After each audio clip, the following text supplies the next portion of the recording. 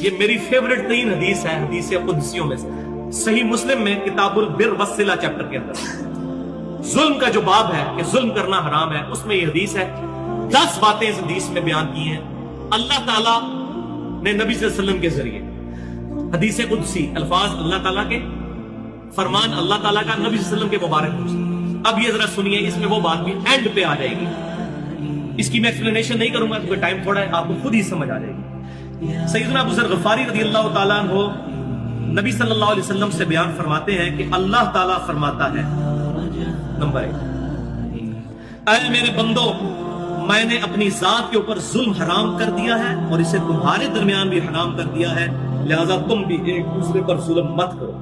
Number 2، اے میرے بندو، تم سب گمراہ ہو سوائے اس کے کہ جسے میں ہدایت دوں، تم مجھ سے ہدایت طلب کرو، میں تمہیں ہدایت عطا کروں۔ نمبر 3، اے میرے بندو، تم سب بھوکے ہو سوائے اس کے جسے میں کھانا کھلا دوں، تم مجھ سے کھانا طلب کرو، میں تمہیں کھانا کھلاؤں۔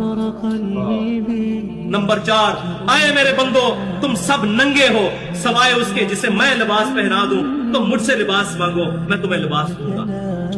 نمبر 5، اے میرے بندو، تم رات دن خطا کرتے رہو اور میں ہی تمہارے گناہوں کو بخشوں گا، تم مجھ سے مغفرت طلب کرو، میں تمہاری مغفرت کروں گا۔ نمبر 6، اے میرے بندو، تم میرے نقصان تک نہیں پہنچ سکتے، تم مجھے کوئی نقصان نہیں پہنچا سکتے، نہ تم مجھے کوئی نفع دے سکتے ہو اور نہ میرے نفع تک پہنچ سکتے ہو۔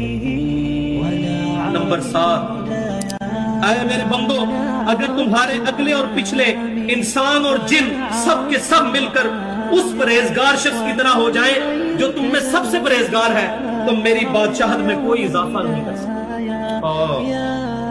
اے میرے بندو، نمبر 8، اے میرے بندو، اگر تم اگلے پچھلے انسان اور جن سب کے سب اس گناہگار شخص کی طرح ہو جائیں جو تم میں سب سے زیادہ گناہگار ہے، میری بادشاہت میں کمی نہیں کر سکتا۔ اللہ کو کوئی نہیں، اللہ الصمد، اللہ بے نیاز ہے۔